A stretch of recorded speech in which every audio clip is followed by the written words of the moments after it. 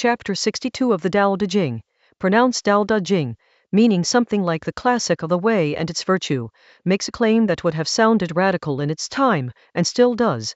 The Dao belongs to everyone, not just to the worthy, not just to those who have earned it, to everyone, including those who have done wrong.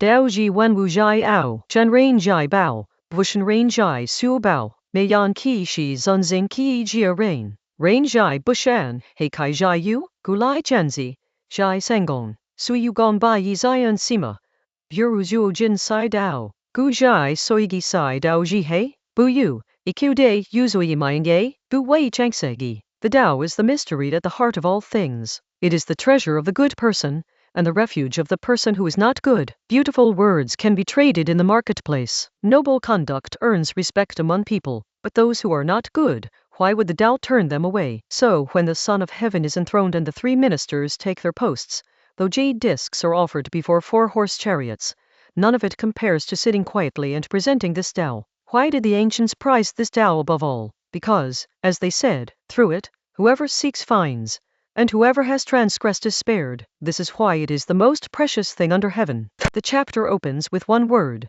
Chinese letter, ao. It means a deep recess, the innermost place, a sanctuary at the center.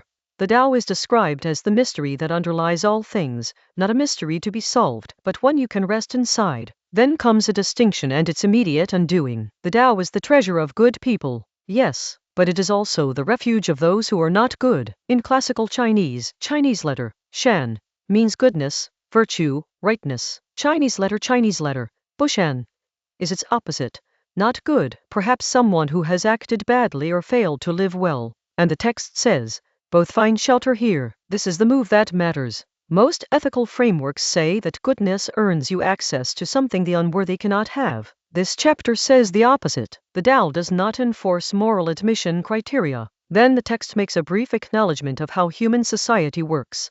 Beautiful speech earns things. Noble deeds earn honor. These are real. The chapter doesn't dismiss them, but it asks, what about the person who has neither? The answer, nothing is closed to them. The chapter then offers a political image that would have been vivid to its original readers. The coronation of the Son of Heaven, the appointment of the highest ministers. These were ceremonies of extraordinary gift-giving, jade discs, 4-horse chariots, the most magnificent offering a civilization could produce. And the text says, even all of that does not match sitting quietly and presenting this Tao. What does it mean to sit and present the Tao? It is not a ritual act. It is closer to an orientation.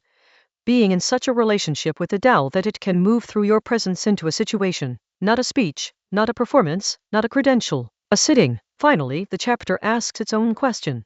Why have the ancients always prized this Tao? And the answer has two parts. First, whoever seeks through it, finds. Second, whoever has transgressed is spared. Both halves carry equal weight. The Tao is not only a source of attainment, it is also a shelter for those who have fallen.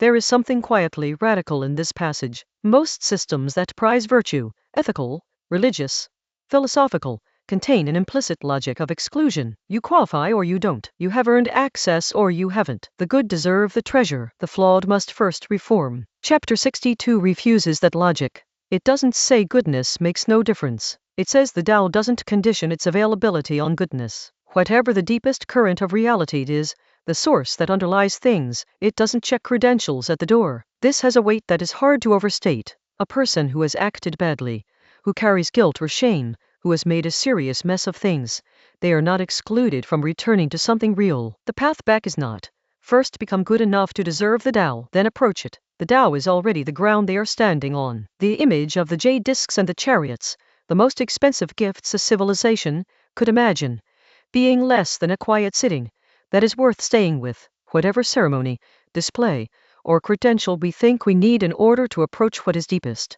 The text suggests we already have what is required. We just have to sit down. The Tao is the treasure of the good and the refuge of those who are not. This is why it is called the most precious thing under heaven. The next chapter is 63.